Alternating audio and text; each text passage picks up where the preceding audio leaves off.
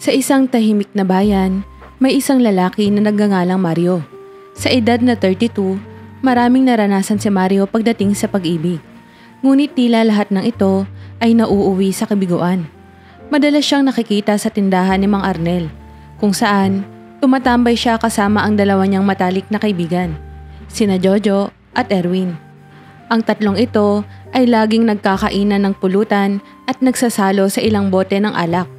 Tila nagiging takbuhan ni Mario ang alak tuwing nararamdaman niyang mabigat ang kanyang kalooban. Isang gabi, habang nakaupo sila sa lumang bangko sa tabi ng tindahan, nagsimula si Mario na magsalita. Hawak niya ang isang baso ng gin na hinahaluan ng kalamansi. At sa bawat tagay ay ramdam mo ang lungkot sa kanyang mga mata.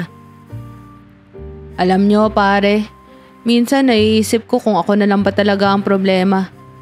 Ani Mario habang nakatingin sa buwan na unti-unting tinatakpan ng ulap. Ang dami ko nang sinubukang relasyon, pero lahat nauuwi sa wala. Si Jojo, ang pinakamakulit sa kanilang tatlo, ay biglang napatawa. Baka kasi masyado kang pabebe pre. Alam mo yun, parang sobrang effort mo agad tapos di pa naman nagsisimula, parang ayaw na nila. Napakunot ang noo ni Mario, pero ngumiti rin. Pabebe, loko ka talaga. Di kaya, marunong ako mag-effort no. Kaya lang, minsan, parang mali ang taong pinipili ko. Sumabat si Erwin, ang mas seryoso sa grupo. Alam mo, Mario, baka kasi hindi pa talaga tamang oras. Huwag mong madiliin. Ang dami ko na rin nakita sa'yo tol. Puro seryoso ka agad. Siguro kailangan mo lang mag-relax. Mag-enjoy muna, ganun. Kung may darating, darating yan. Mag-relax? Halatang may bahid na frustration ang boses ni Mario. Paano? Ilang taon na rin ako naghihintay. Parang lahat ng tao may kanya-kanyang direksyon na. May pamilya na. Ako, eto, nakatambay pa rin. Kausap nyo. Hoy, walang masama sa pagtatambay ah. Sagot ni Jojo, na nilagok ang laman ng kanyang baso. Mas masaya nga to kaysa masaktan ka na naman.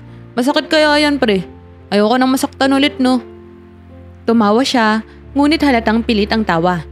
Napabuntong hininga si Mario. Kaya nga nandito ako kasi alam kong kayo lang ang nakakaintindi sa akin. Pero minsan nakakainip din no. Gusto ko na rin naman na may kasama. Yung mga may mag-aalaga sa akin. Kapag uuwi ako galing trabaho, may maghahain. Alam mo Mario, sabat ni Erwin na tila may naisip. Bakit hindi mo subukang maghanap ng mga bagong kaibigan? O kaya pumunta ka sa ibang lugar. Magbakasyon ka muna. Makasakali, makita mo ron yung hinahanap mo. Tumawa si Jojo, sabay pakpak ng balikat ni Mario. Oo nga pre, baka kailangan mo ng bagong tanawin. Kasi kung lagi kang nandito, lagi mong maaalala yung mga nangyari. Mag-move on ka na pre, sabi nga nila. Napangiti si Mario. Bagamat medyo mabigat pa rin ang kaniyang pakiramdam. Naramdaman niyang may punto ang mga kaibigan niya. Oo nga no, siguro tama kayo. Subukan ko, pero tumingin siya sa dalawa. Sasama ba kayo? Halakhakan ang sumunod na nangyari. Tumungga ulit si Jojo at nagsabi, ano pa nga ba? Di magbabakasyon tayo. Puro problema na lang iniisip natin dito. Kailangan din nating sumaya. Habang nag-uusap ang tatlo, ang kalangitan ay tuluyang nagdilim. Ngunit, ang ilaw mula sa tindahan ni Mang Arnel ay tila nagbibigay ng liwanag sa kanilang usapan. Bagamat bitbit pa rin ni Mario ang bigat ng nakaraan, unti-unti niyang nararamdaman na sa kabila ng lahat, hindi siya nag-iisa. Kinabukasan, maagang nagtipon sina Mario, Jojo at Erwin sa bahay ni Jojo. Nakalatag ang isang lumang mapa ng Luzon sa lamesa habang hawak ni Jojo ang cellphone niya. Naghahanap ng murang matutuluyan. Pre, to tingnan mo. Beach resort sa Zambales. Ang ganda ng reviews. Sabi ni Jojo habang pinapakita ang litrato ng malaparaisong lugar. At saka mura lang to. Kaya natin to kahit tight ang budget. Tumawa si Erwin habang nakaupo sa isang monoblock chair. Mukhang okay yan, pero baka naman puro retrato lang yung kagandahan. Kapag andun na, puro cottage ang buhangin lang. Ano ngayon? Basta may alak, masaya tayo. Sagot ni Jojo, sabay taas ng kaniyang baso ng kape na may laman pang konting alak mula kagabi. Napangiti si Mario. Matagal na niyang gustong makalayo kahit isang beses lang. Pero lagi niyang iniisip na walang oras. O di kaya ay walang dahilan. Ngayon, parang sa unang pagkakataon, handa siyang sumubok. Tara na, kahit saan. Ayoko na muna mag-isip ng kung ano-ano. Kahit saglit lang, gusto kong maramdaman na normal din ang buhay ko. Pagkatapos nilang magplano, nagambagan ng 3 para sa budget sa pagkain, gas, at accommodation. Si Jojo ang magdadrive gamit ang luma niyang SUV at si Erwin naman ang bahala sa pagdadala ng mga snacks. Si Mario, bilang dahilan ng biyahe, ang nag-alok sa konting dagdag na gastos kung sakaling kulangin. Pagdating ng Biyernes, umalis na sila mula sa bayan nila bago sumikat ang araw. Habang tinatahak nila ang kalsada patungo sa Zambales, tila bumalik ang saya sa mukha ni Mario. Hindi na niya iniisip ang mga pagkabigo niya sa pag-ibig. Sa halip, abala siya sa pakikinig sa malalakas na tawa ng kanyang mga kaibigan at sa pagbabangka ng mga kwento ni Jojo.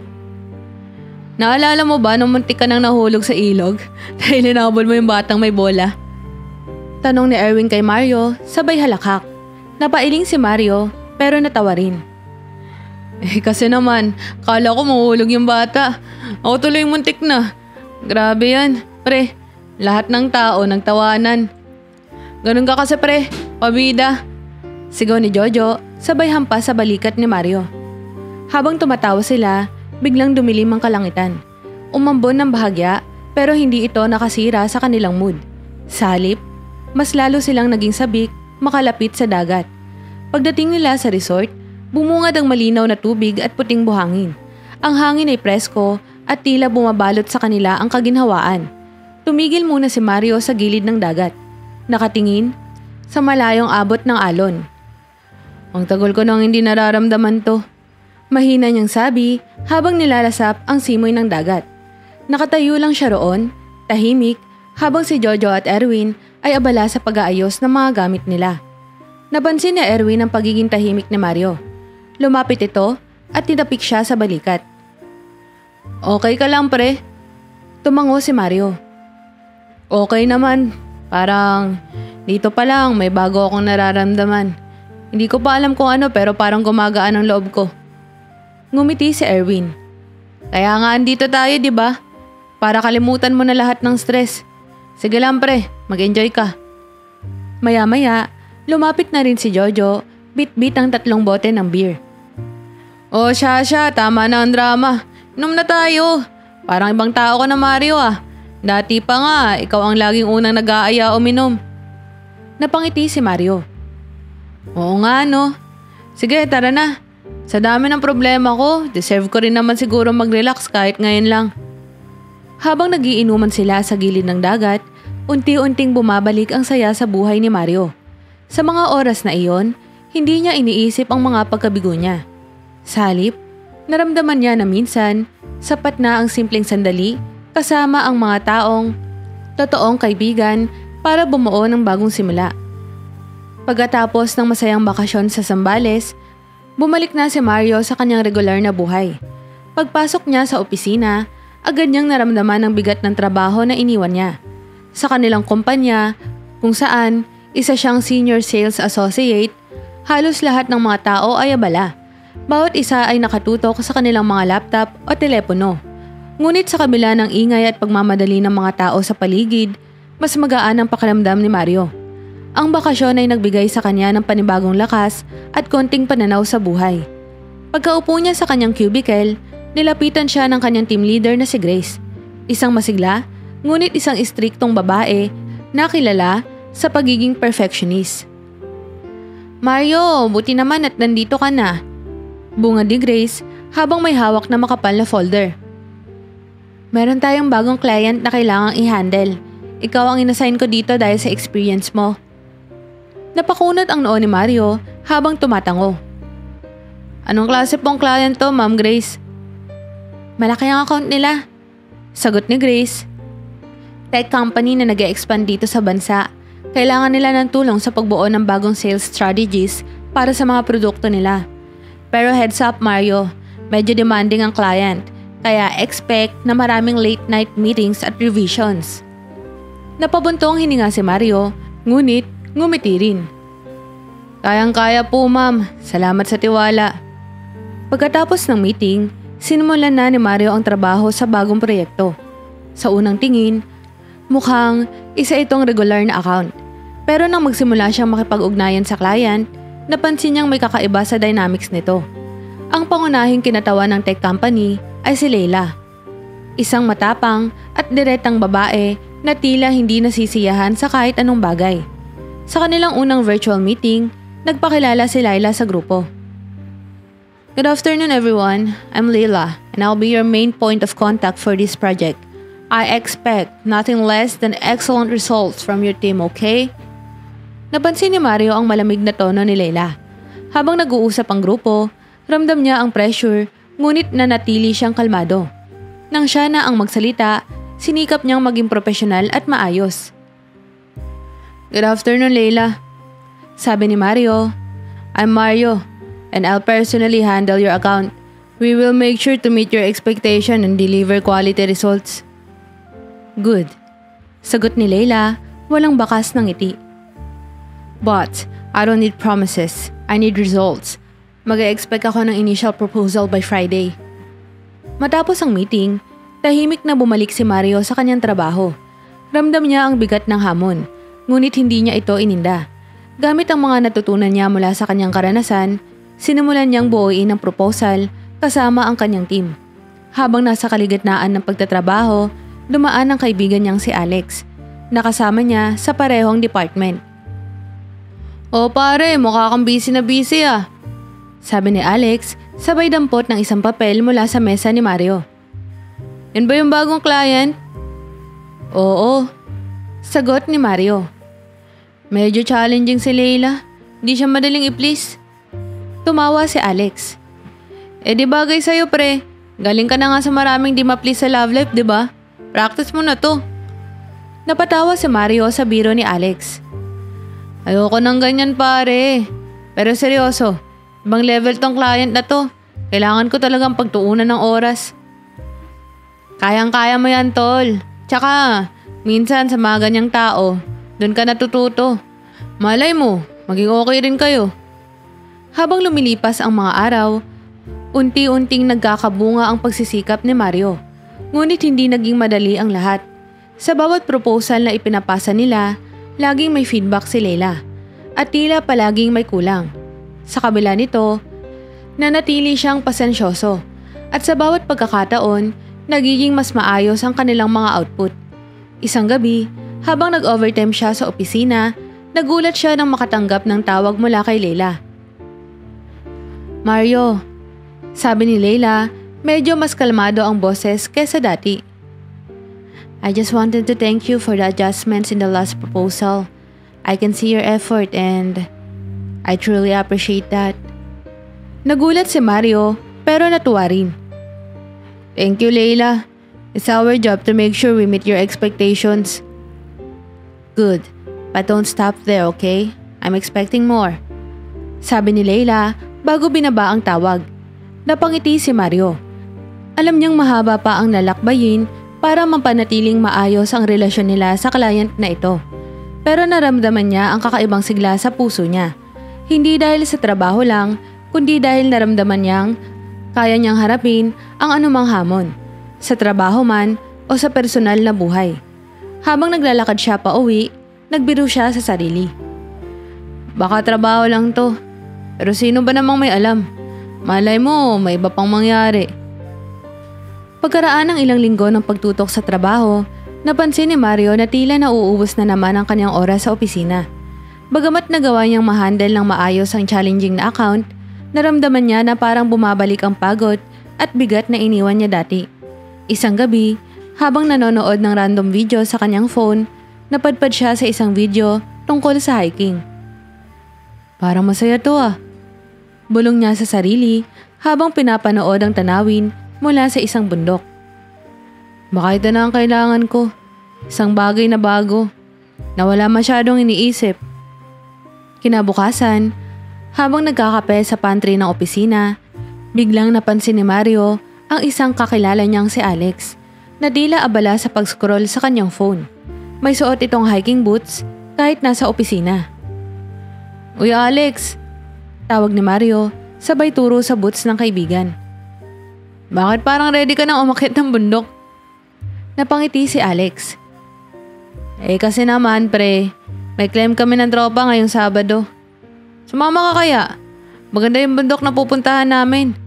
Beginner friendly, pero may magandang tanawin sa taas. Nagdalawang isip si Mario. Beginner friendly ba talaga? Hindi kaya mahirap yan? Alam mo namang hindi ako sanay sa ganyan eh. Pre, di mo kailangan maging pro. Sagot ni Alex sabay pakpak sa balikat niya.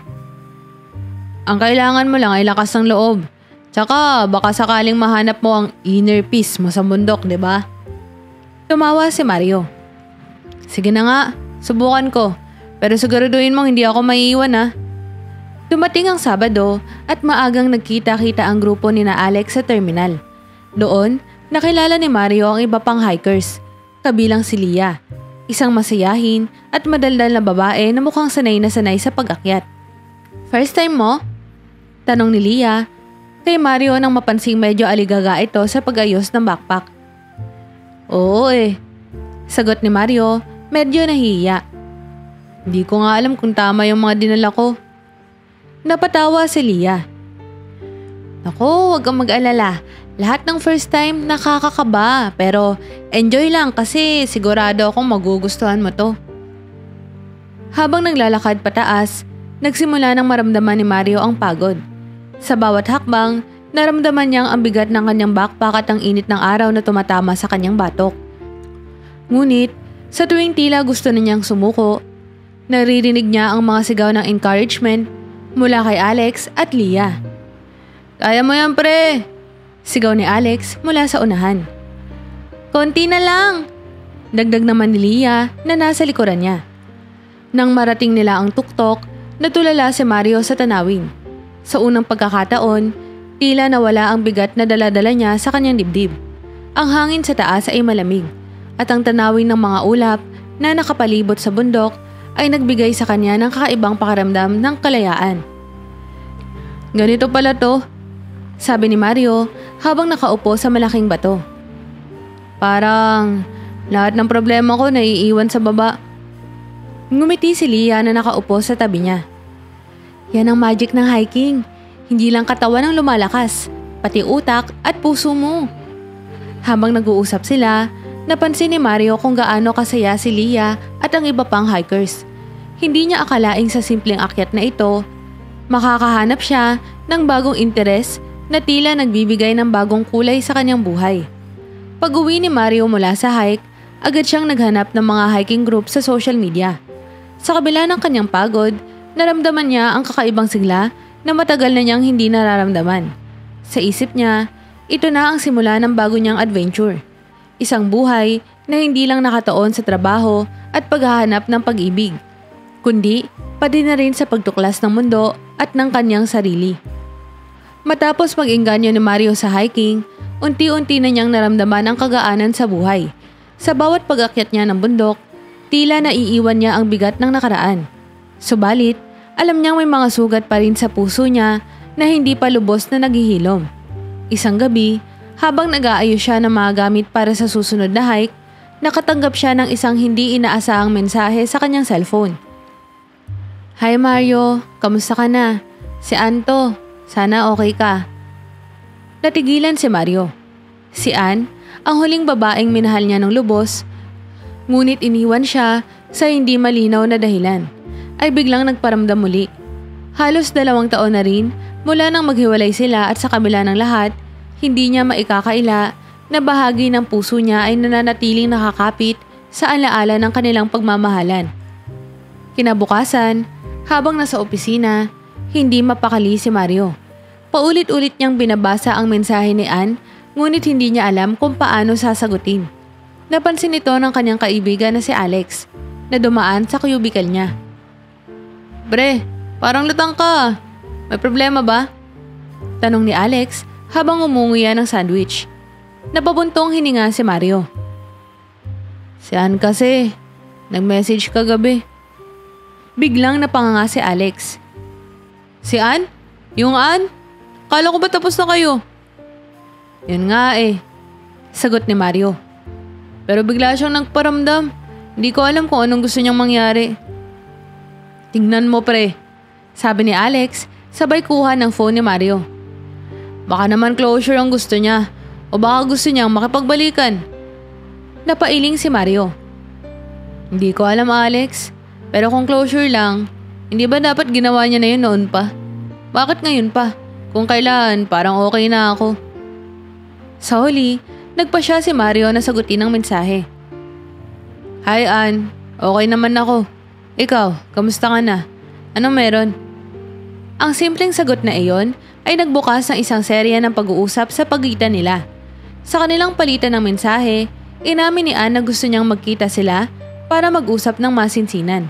Bagamat may alinlangan, pumayag si Mario. Gusto rin niyang malaman ang mga sagot sa mga tanong na matagal nang gumugulo sa kanyang isipan. Dumating ang araw ng pagkikita nila sa isang coffee shop. Habang hinihintay si Ann, ramdam ni Mario ang kabog ng kanyang dibdib. Hindi niya alam kung ano ang mararamdaman kapag nakita niya ulit ito. Ilang minuto pa ang lumipas, dumating si Ann. Suot niya ang simpleng blouse at jeans, ngunit tila hindi nagbago ang ganda niya. Lumapit siya sa mesa ni Mario, may ngiti sa labi. Hi Mario, bati ni Ann habang naupo sa tapat niya. Hi, sagot ni Mario, pilit na ngumiti. So, ano meron? Nagpakawala si Ann ng malalim na hininga bago nagsalita. Mario, alam kong matagal na ang lahat pero gusto kong humingi ng tawad. Alam kong nasaktan kita. Umalis ako nang walang paliwanag at alam ko na mali yun. Napakunot ang noo ni Mario. Bakit nga ba, Ann? Bakit mo ko iniwan noon? Lahat naman ng kaya ko, ginawa ko para sa'yo. Tumango si Ann, tila nahihirapan sa sasabihin. May mga bagay akong hindi ko maipaliwanag noon. Nasa panahon ako ng buhay ko na hindi ko alam ang gusto ko. Natakot ako. Natakot akong masaktan palalo kapag naging seryoso na tayo. Pero sa totoo lang, ako ang may problema noon, hindi ikaw. Saglit na natahimik si Mario. Ramdam niya ang bigat ng bawat salitang binibitawan ni Ann. Ngunit hindi niya maiwasang maibalik ang sakit na nararamdaman niya noon. Alam mo, Ann, sabi niya, pilit pinipigilan ang pag-alsa ng emosyon. Hindi madali para sa akin ang makalimutan ng lahat ng nangyari. Mahal kita noon. Sobra. Pero nung iniwan mo ko, parang nawala rin ang halaga ko. Umiling si Ann at tila may luha sa kanyang mga mata. At ngayon, pinagsisisihan ko lahat ng yon.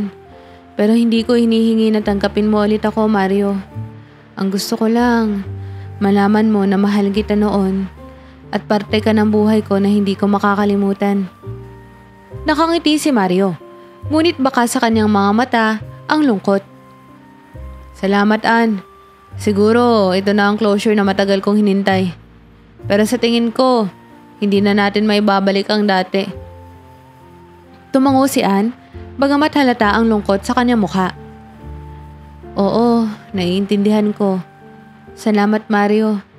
At sana maging masaya ka. Pagkatapos ng pag-uusap na iyon, naghiwalay sila ng landas. Habang pauwi, naramdaman ni Mario ang kakaibang gaan sa dibdib niya. Sa wakas, natapos na ang kabanata ng kanyang nakaraan. Bagamat hindi maibabalik ang dati, handa na siyang magpatuloy sa bagong yugto ng kanyang buhay. Isang yugto na wala ng hinanakit at puno ng pag-asa. Isang Sabado ng hapon, habang nagpapahinga si Mario sa isang park sa tabi ng kanyang opisina, napansin niyang tila maraming tao ang nagtitipon sa isang sulok. Karamihan ay may dalang sketchpad at mga lapis. Naupo siya sa isang bench malapit sa grupo. Nagtataka kung ano ang meron. Habang nakaupo, isang babae ang lumapit sa kanya. May dalang malaking sketchpad at isang maliit na backpack. Nakangiti ito at tila walang alinlangan sa pagsisimula ng usapan. "Excuse me," sabi ng babae, bahagyang yumuko bilang pagbati. "Nakikita ko kasing nakaupo ka lang dyan. Gusto mo bang sumali? Art session namin to. Open naman sa lahat." Napakunot ang noo ni Mario. "Art session? Di kasi ako marunong mag-drawing eh." Napatawa ang babae, ngunit sa magalang na paraan. "Hindi naman kailangan maging magaling. Kahit simpleng doodle lang, okay na. Ang mahalaga, nag-enjoy ka." Nag-aalangan si Mario, ngunit nagdesisyong subukan. Wala namang mawawala, naisip niya. "Sige, pero baka pagtawanan mo lang ang gawa ko ah." Biro niya. "Hindi ganon dito," sagot ng babae. "Ako nga pala si Tessa." Inilahad nito ang kamay para makipagkamay. Mario," sagot niya, sabay abot ng kamay. Sumali si Mario sa grupo at binigyan siya ni Tessa ng ilang lapis at isang malinis na papel. Sa paligid, ang iba't ibang tao ay abala sa kanilang mga drawing. Ang ilan ay nagdududel ng mga tanawin, ang iba naman ay nagpo-portrait ng kanilang mga kasama. Si Tessa ay abala rin sa kanyang sketchpad, ngunit paminsan-minsan ay tinitignan si Mario. "Okay ka lang ba dyan?" tanong ni Tessa. "Medyo, di ko kasi alam kung ano yung drawing ko," sagot ni Mario, halatang nahihiya. "Ganun talaga sa una, pero isipin mo na lang kung ano ang gusto mong ipakita. Walang tama o mali sa art." Napaisip si Mario. Habang hinahawakan ng lapis, nagsimula siyang gumuhit ng isang bundok na may mga ulap sa paligid. Hango sa mga naalala niya mula sa kanyang unang hike. Kahit hindi perpekto ang kanyang gawa, naramdaman niya ang isang kakaibang saya habang ginagawa ito. Pagkatapos ng session, lumapit si Tessa sa kanya para tignan ang drawing niya. "Wow! Bundok? Hiker ka ba?" tanong nito, halatang interesado. "Medyo bago pa lang," sagot ni Mario. "Kakastart ko lang nitong mga nakaraang buwan. Gusto ko kasing subukan ng ibang bagay." Ngumiti si Tessa. "Ako rin. Pero sa art ko na ihahayag ang gusto kong maabot. Alam mo, pwede tayong magsama minsan sa hike. Ako naman ang matututo sa'yo." Nagulat si Mario sa mungkahi ni Tessa, ngunit natuwa rin. "Talaga? Sige, pero wag kang aasa na pro ako ah. Beginner pa lang din ako." Mula noon, naging madalas ang pagkikita ni na Mario at Tessa. Sa bawat art session, natututo si Mario ng bagong paraan ng pagpapahayag ng sarili. Habang si Tessa naman ay natutuwang makasama si Mario sa mga kwento nito tungkol sa hiking. Unti-unti, naramdaman ni Mario na hindi na siya nag-iisa sa kanyang paglalakbay sa buhay. Sa pamamagitan ni Tessa, natutunan niyang muling buksan ang sarili sa bagong pagkakaibigan at sa posibilidad ng bagong simula. Isang araw, habang sabay silang umiinom ng kape pagkatapos ng art session, nagbiro si Tessa. "Alam mo, Mario, baka hiking at art na ang magbabalik ng spark sa buhay mo." Napatawa si Mario. "Baka nga, pero sa tingin ko malaking tulong na nakilala kita. Salamat, Tessa." Ngumiti si Tessa at sa simpleng ngiti na iyon, alam ni Mario na may bago siyang kaibigan. Isang tao na hindi niya inaasahang darating, ngunit nagbigay ng liwanag sa kanyang buhay. Isang Sabado ng umaga, nagpasya sina Mario at Tessa na mag-hike sa isang bundok na hindi pa nila napupuntahan. Kakaibang saya ang naramdaman ni Mario. Ngunit kasabay nito, ang kaba na tila sasabog ang dibdib niya. Matagal na niyang nararamdaman ang espesyal na pagmamahal para kay Tessa. Ngunit hindi niya alam kung paano ito sasabihin. Ang planong ito, ang hike, ay ang pagkakataon niyang ipahayag ang nararamdaman niya.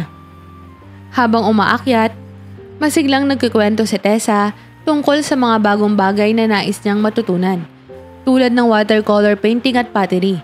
Napapangiti si Mario habang pinagmamasdan siya. Gustong-gusto niya ang sigla ni Tessa, ang paraan ng kanyang pagsasalita na parang lahat ng bagay sa mundo ay isang bagong simula.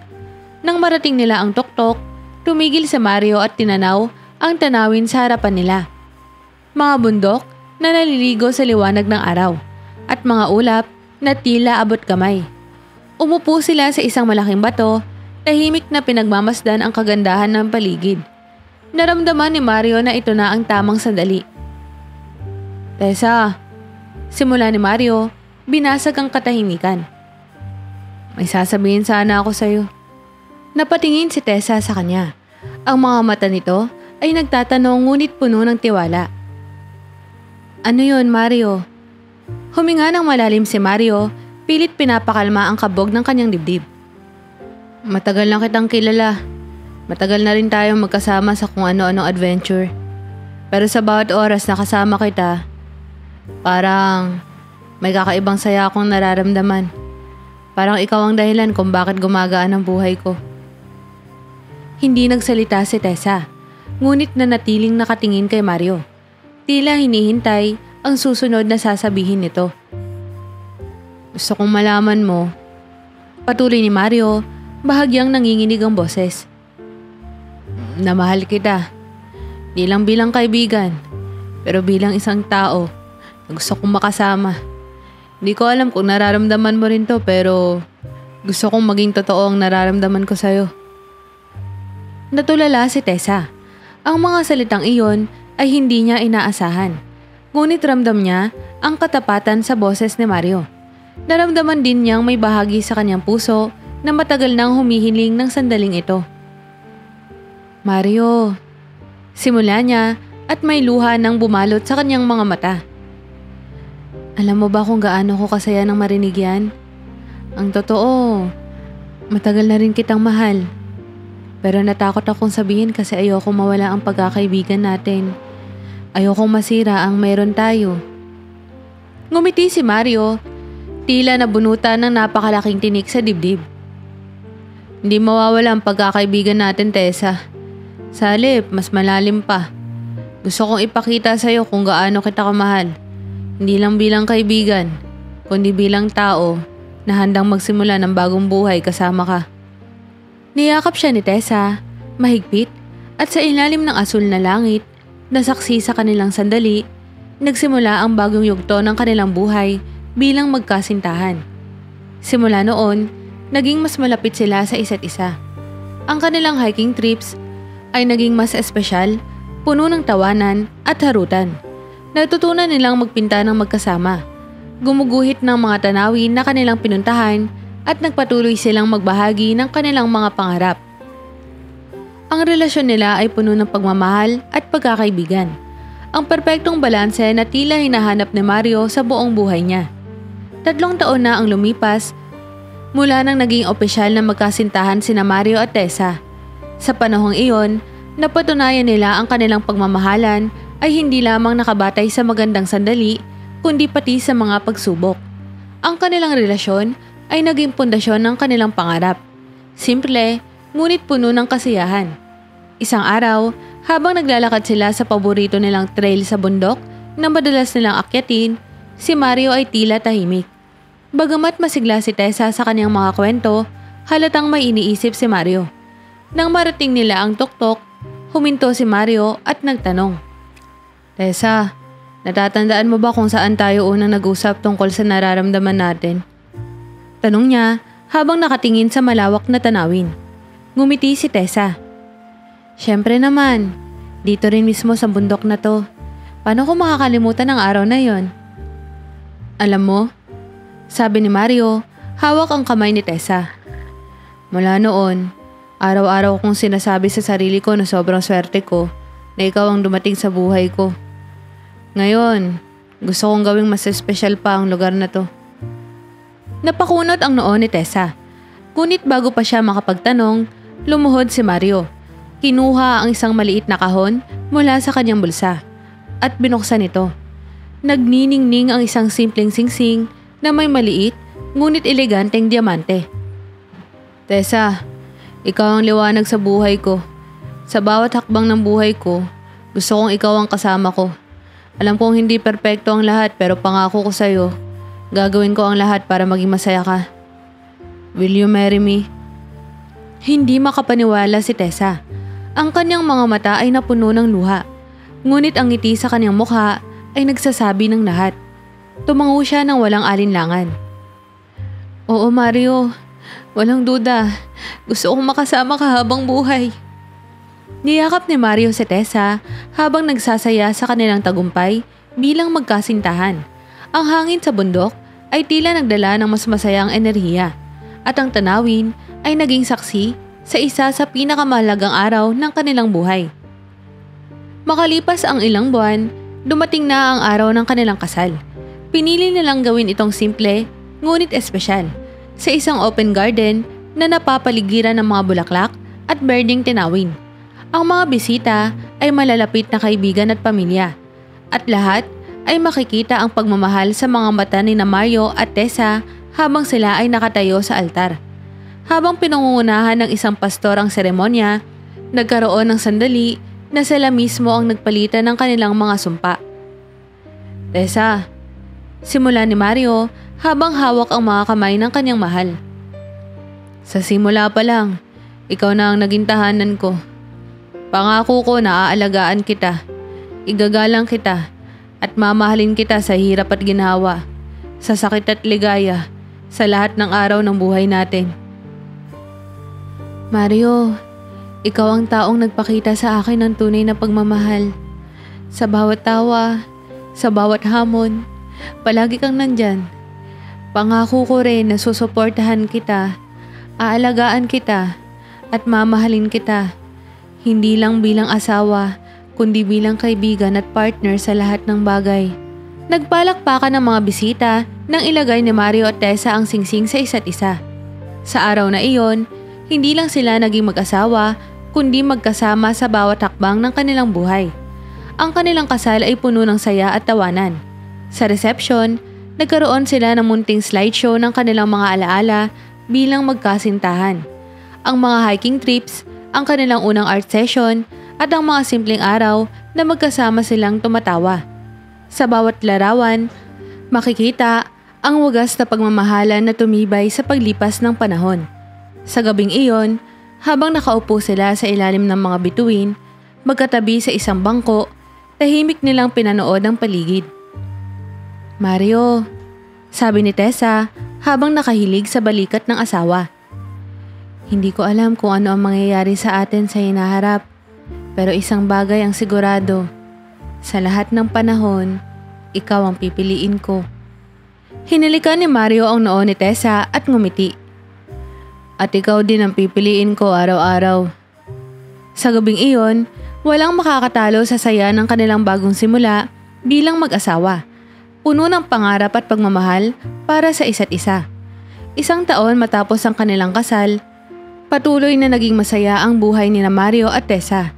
Sa bawat araw na magkasama sila, pinuno nila ito ng pagmamahal, tawanan at simpleng kaligayahan. Ngunit sa kabila ng kanilang saya, nagsimulang mapansin ni Mario ang pagbabago kay Tessa. Madalas siyang pagod kahit wala namang masyadong ginagawa at nagreklamo siya ng pananakit sa iba't ibang bahagi ng katawan. Tessa, parang madalas kang hindi okay nitong mga nakaraang araw. Sabi ni Mario, isang gabi habang naghahapunan sila. Gusto mo bang magpatingin sa doktor? Ngumiti si Tessa, pilit na ipinapakita na okay lang siya. Baka pagod lang, Mario. Maraming ginagawa sa trabaho at siguro kulang lang ako sa tulog. Bagamat nag-aalala, hindi na muna pinilit ni Mario. Ngunit nang dumating ang isang umaga na hindi makabangon si Tessa mula sa kama dahil sa matinding pananakit ng katawan, nagdesisyon si Mario na dalhin siya sa ospital. Sa ospital, dumaan si Tessa sa maraming pagsusuri. Habang hinihintay nila ang mga resulta, pilit na pinapanatili ni Mario ang positibong pananaw. Ngunit nang bumalik ang doktor, mabigat ang ekspresyon nito. Mr. Mario, Mrs. Tessa, sabi ng doktor na uupo sa harap nila sa consultation room. I am very sorry to tell you this, but we found abnormalities in the test. It's advanced. Stage 4 cancer po. Para bang huminto ang mundo ni Mario. Hindi niya magawang magsalita habang unti-unting nilalahad ng doktor ang mga detalye. Ang cancer ni Tessa ay agresibo at kahit anong gawin nila, limitado na lamang ang oras niya. Napayakap si Mario kay Tessa, natahimik na umiiyak. Mahigpit na yakap niya, Tila ayaw niyang pakawalan ng asawa. Dok, may magagawa pa ba? Tanong niya, pilit pinipigilan ang panginginig ng kanyang boses. Palliative treatment ang pinakamabuting maiaalok namin. We can ease the pain and give her more time. But, hindi na natapos ng doktor ang sinasabi, ngunit malinaw na kay Mario ang ibig sabihin. Pag-uwi nila mula sa ospital, tahimik si Tessa. Alam niyang iniinda ni Mario ang narinig, ngunit ayaw niyang ipakita ang kanyang sariling takot. Mario, simula ni Tessa habang nakaupo sila sa kanilang sofa. Alam kong mahirap tanggapin to, pero gusto kong ipangako mo sa akin na hindi mo hayaang mabuhay tayo sa takot. Gusto kong gamitin ang natitira nating oras sa paggawa ng masasayang alaala. Hindi na napigilan ni Mario ang kanyang luha. Paano mo nasasabi yan, Tessa? Ikaw ang buhay ko. Paano ako magsisimula ulit kung mawawala ka? Hinawakan ni Tessa ang kamay ni Mario at ngumiti ng may tapang. Dahil alam kong malakas ka, pero hindi pa to ang katapusan. May oras pa naman tayo at gusto kong silitin yon kasama ka. Simula noon, naging mas makabuluhan ang bawat araw nila. Pinili na nang maglaan ng oras para gawin ang mga bagay na mahalaga sa kanila. Hiking, pagpipaint, at simpleng paglalakad sa parke. Kahit humihina ang katawan ni Tessa, hindi niya hinayaang masira ang saya na hatid ng mga sandaling iyon. Si Mario, sa kabila ng sakit na nararamdaman niya, ay nagpakita ng lakas para kay Tessa. Isang gabi, habang nagpe-painting sila sa kanilang bakuran, huminto si Tessa at tinitigan si Mario. Alam mo, Mario, sabi niya, hindi ako natatakot sa kamatayan. Natatakot lang ako na iwan ka nang hindi ko masiguradong masaya ka. Napatingin si Mario sa kanya. Hawak ang mga luha sa kanyang mga mata. Tessa, ang pinakamalaking kaligayahan ko ay ikaw. At kahit anong mangyari, ikaw pa rin ang dahilan ng lahat ng saya sa buhay ko. Sa gabing iyon, sa gitna ng tahimik na hangin at ilalim ng mga bituin, pinakako nila sa isa't isa na gagawin ang natitirang oras na puno ng pagmamahal, hindi ng takot.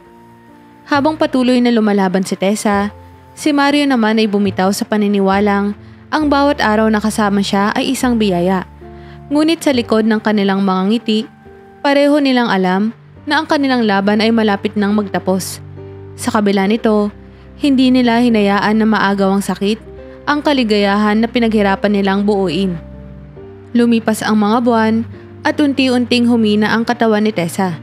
Sa kabila nito, hindi niya ipinakita kay Mario ang bigat ng kanyang nararamdaman. Ang bawat araw ay ginugol nila sa mga bagay na nagpapasaya sa kanila.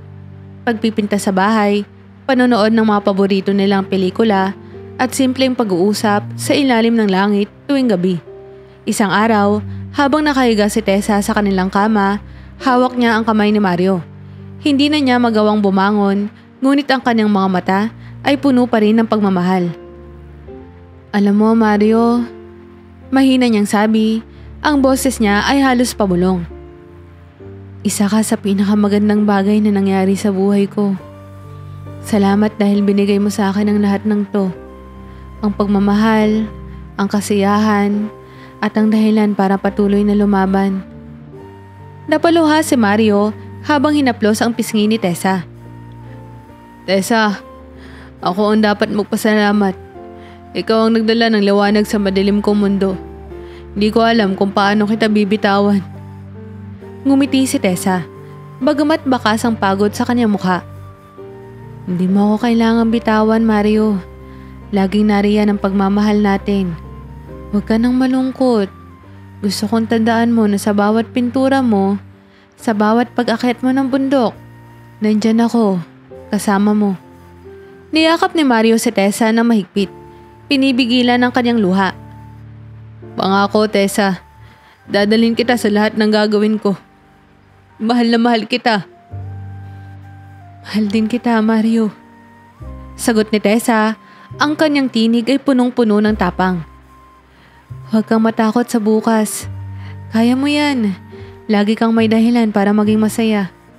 Kinabukasan, habang tahimik na natutulog si Tessa, napansin ni Mario ang biglang katahimikan. Dahan-dahan niyang hinaplos ang kamay ng asawa. Ngunit, malamig na ito. Hindi niya mapigilang mapahugulgol habang niyayakap ang katawan ni Tessa. Ramdam niya ang bigat ng pagkawala. Ngunit, kasabay nito, ang kakaibang kapayapaan. Alam niyang tapos na ang pagdurusa ni Tessa. Sa burol ni Tessa, nagtipon ang kanilang mga pamilya at kaibigan upang magbigay pugay sa isang babae na nagdala ng liwanag sa buhay ng marami. Sa isang sulok, hawak ni Mario ang isang kanva na may painting na ginawa nila ni Tessa noong malakas pa siya. Isang bundok na naliligid ng ulap at sikat ng araw. Isang paalala ng masasayang alaala na kanilang ibinahagi. Habang nagtitipon ang lahat, tumayo si Mario upang magbigay ng huling mensahe para kay Tessa. Sa kabila ng lungkot, puno ng pagmamahal at tapang ang kanyang boses. Tessa, ikaw ang naging dahilan ng bawat ngiti ko. Di ko makakalimutan ang bawat sandali na kasama kita. Salamat sa pagbabahal mo, sa tapang mo, at sa lahat ng itinuro mo sa akin. Pangako ko na ipagpapatuloy ko ang buhay na may inspirasyon mula sa iyo. Makalipas ang ilang linggo, bumalik si Mario sa bundok kung saan niya unang inamin ang pagmamahal kay Tessa. Bitbit niya ang kanilang paboritong larawan at ilang bulaklak.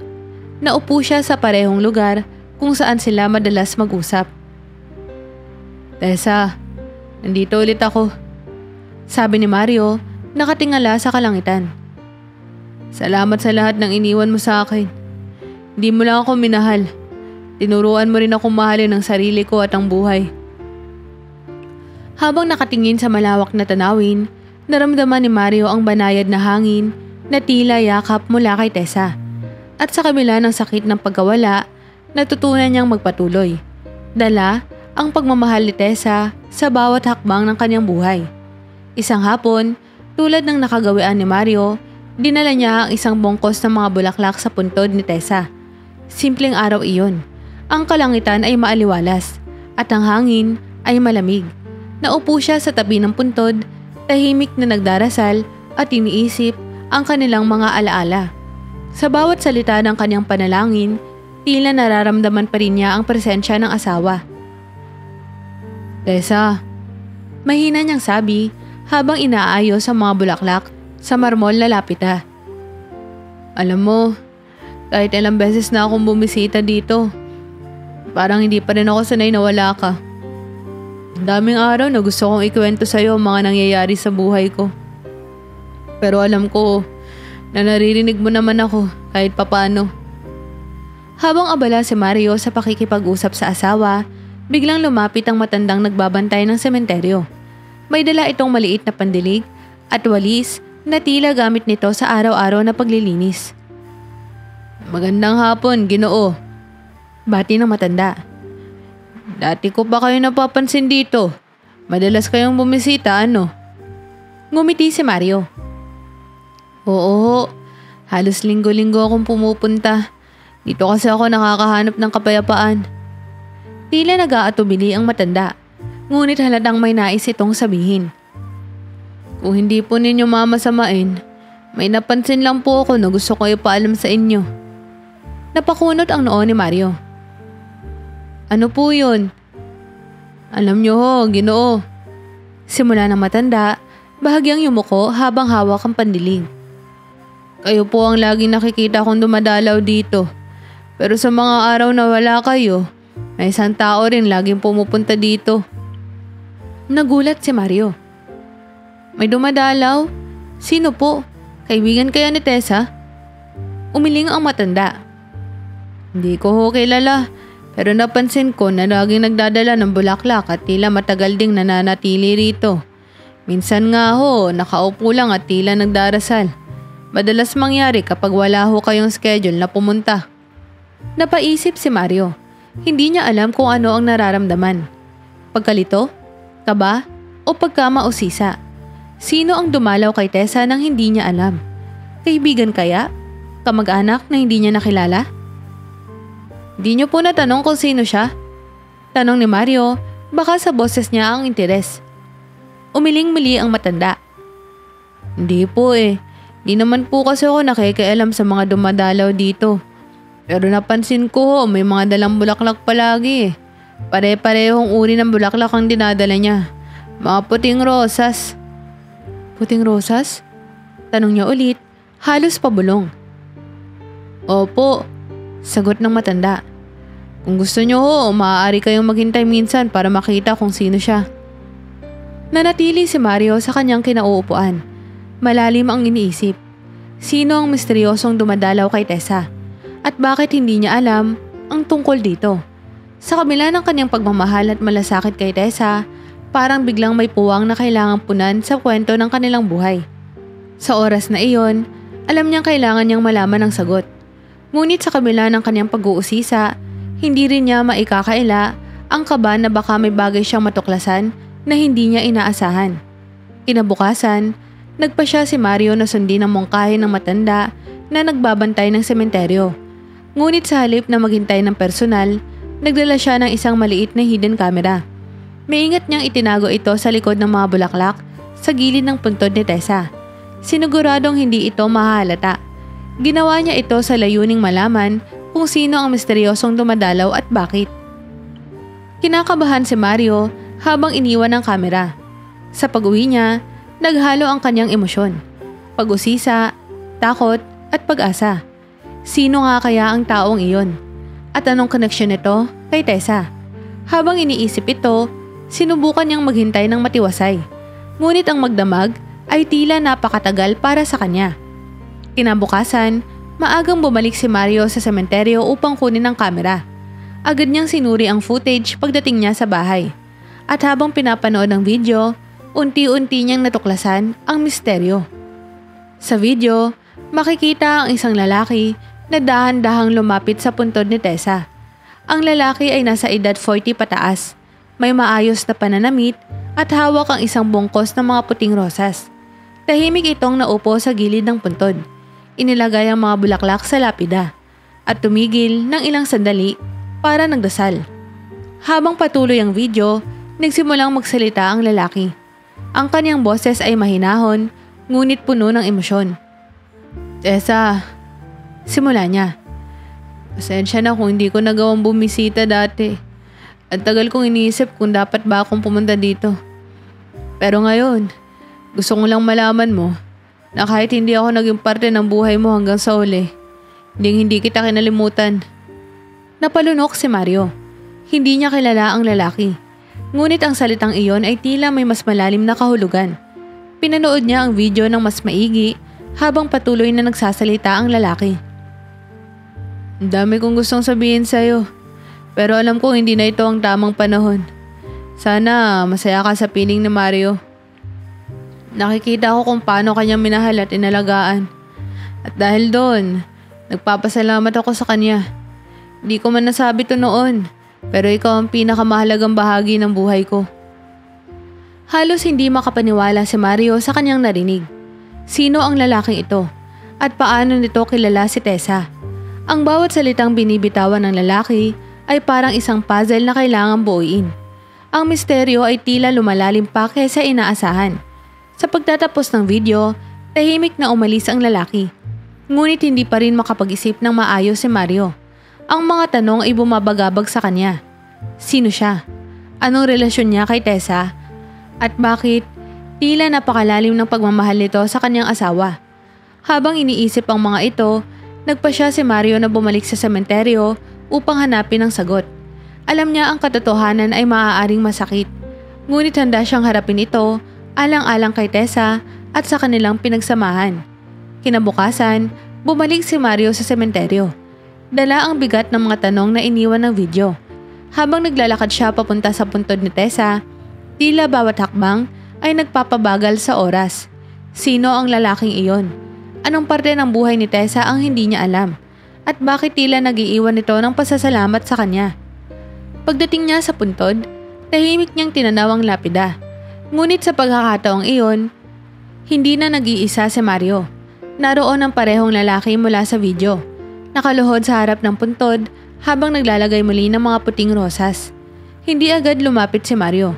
Pinagbasdan niya ito mula sa malayo. Sinubukan na unawain ang presensya ng estranghero sa buhay ng kanyang asawa. Nang matapos ang lalaki sa pagdarasal, tumayo ito at bumaling. Nagulat nang makita si Mario na nakatayo sa di kalayuan. Nagkatinginan sila. Sa daling katahimikan ang bumalot sa paligid. Tila parehong naghihintay kung sino ang unang magsasalita. Ikaw si Mario, hindi ba? Tanong ng lalaki. Ang boses nito ay mahina, ngunit puno ng emosyon. Tumango si Mario, pilit pinapanatili ang kanyang kalmado. Oo, at ikaw naman ang madalas na dumadalaw dito kapag wala ako. Tumango ang lalaki. Pasensya na kung hindi ako nagpakilala agad. Ako si Elias. Hindi pamilyar ang pangalan kay Mario, kaya hindi niya mapigilang magtanong. Elias, anong connection mo kay Tessa? Bakit ka dumadalaw dito? Huminga ng malalim si Elias.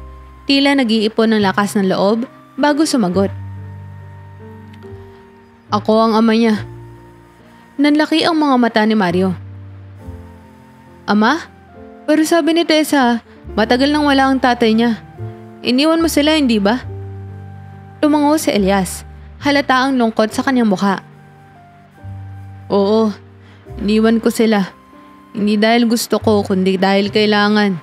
May mga pangyayaring napilitang paghiwalayan kami ng kanyang ina. At wala akong nagawa noon, kundi lumayo. Napuno ng halo-halong emosyon si Mario. Galit, pagtataka, at habag. Kung ganon, bakit ka bumalik ngayon? Bakit ngayon mo lang siya hinanap? Napayuko si Elias. Baka sa kanyang mukha ang bigat ng konsensya.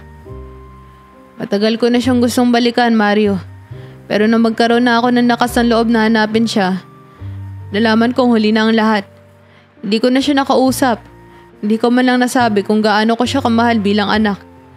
Ang sakit na nararamdaman ko noon, hindi ko na maipaliwanag. Tahimik si Mario, sinusubukang unawain ang bigat ng sinasabi ni Elias. Sa kabila ng galit na nararamdaman niya para sa taong ito, hindi niya maikakaila na may bahagi sa kwento ni Tessa na hindi niya lubusang nalalaman. Di ko balak uluhin ang buhay mo. Patuloy ni Elias. Narito ako dahil gusto kong magpasalamat sa iyo. Sa lahat ng panahon na wala ako, ikaw ang naging gabay at liwanag ng anak ko. Ikaw ang nagbigay sa kanya ng pagmamahal na hindi ko naibigay. At sa tingin ko, sa huling sandali niya, masaya siya na kasama ka. Hindi alam ni Mario kung ano ang sasabihin. Ang sakit ng pagkawala ni Tessa ay muling bumalik. Ngunit kasabay nito, ang pag-unawa na hindi lang siya ang nagdadalamhati. Sa kabila ng lahat, naramdaman niya ang sinseridad sa boses ni Elias. Tessa, di niya kailanman sinabi ang tungkol sa'yo. Mahinang sagot ni Mario. Pero alam kong mahal ka rin niya. Kahit hindi niya naipakita, sa mga kwento niya tungkol sa kanyang pagkabata, palagi may halong pananabig at lungkot. Ngumiti si Elias, ngunit may bakas ng luha sa kanyang mga mata. Salamat, Mario. Hindi ko makakalimutan ang ginawa mo para sa kanya. Sa huling pagkakataon, magkasama silang tumayo sa harap ng puntod ni Tessa. Parehong tahimik na nagdarasal at nagbibigay pugay sa babae na naging mahalaga sa kanilang dalawa. Bagamat hindi inaasahan ni Mario na makikilala ang isang bahagi ng buhay ni Tessa na hindi niya alam, natutunan niyang tanggapin ito. Sa kabila ng lahat, naroon ang pagmamahal na nagbubuklod sa kanila. Pag-alis ni Elias, naiwan si Mario sa puntod. Tahimik na nakatingin sa lapida. Sa kanyang puso, alam niyang hindi magwawakas ang pagmamahal niya kay Tessa. Ngunit sa araw na iyon, natutunan din niyang ibahagi ang kanyang sakit.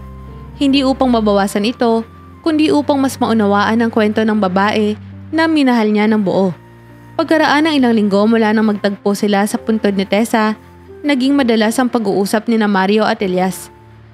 Sa kabila ng hindi magandang simula ng kanilang pagkilala, unti-unting natutunan ni Mario na mas kilalanin ang ama ni Tessa. Si Elias, sa kabilang banda, ay tila nagsisikap na mapunan ang mga pagkukulang niya, hindi lamang sa kanyang anak, kundi pati na rin kay Mario. Nahalatang minahal si Tessa nang higit pa sa sarili nito. Isang Sabado ng hapon, inimbitahan ni Mario si Elias na maghapunan sa kanyang bahay. Sa maliit ngunit maayos na kusina, abala si Mario sa paghahanda ng sinigang, paboritong ulam ni Tessa. "Hindi ko inaasahan na mahilig kang magluto," sabi ni Elias habang nakaupo sa mesa. Pinagmamasdan ng bawat galaw ni Mario. Ngumiti si Mario habang inihahalo ang mga gulay sa sabaw. "Si Tessa ang nagturo sa akin. Sabi niya, importante raw na marunong ako ng mga simpleng bagay para sa sarili ko. Pero ang totoo, masarap lang talaga siyang magluto kaya napilitan akong sumabay."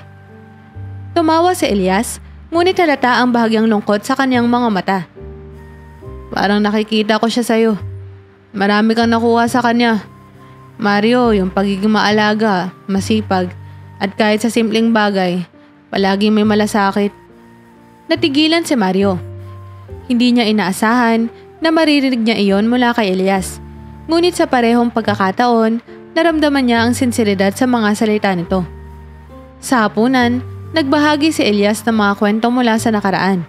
Mga bagay tungkol sa kanyang kabataan, sa naging relasyon niya sa ina ni Tessa, at kung paano siya napilitang lumayo dahil sa kahirapan at pagkukulang sa responsibilidad. Simula noon, naging madalas ang pagsasama ni Mario at Elias. Madalas silang pumunta sa mga lugar na malapit kay Tessa, tulad ng art studio kung saan ito madalas magpinta at ang bundok na unang pinuntahan nila ni Mario. Sa bawat pagkakataon, mas nakilala ni Mario ang lalaki na dati ay tinuturing niyang estranghero. Isang araw, habang nasa tuktok ng bundok, tumingin si Elias sa malawak na tanawin. Malalim ang iniisip.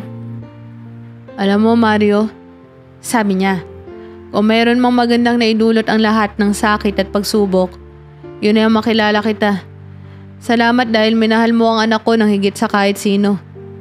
Ngumiti si Mario kahit ramdam niya ang bigat ng pagkawala ni Tessa. "Di lang siya ang nagbigay ng pagmamahal, Elias. Tinuruan niya akong maging mas mabuting tao. At sa tingin ko, hindi magwawakas yun." Sa araw na iyon, naupo silang dalawa sa tuktok ng bundok, magkatabi habang tinatanaw ang malawak na mundo sa kanilang harapan. Bagamat magkaiba ang pinagmulan nila, ang pagmamahal nila kay Tessa ang nagbubuklod sa kanila. At sa kabila ng sakit, natutunan nilang magpatuloy.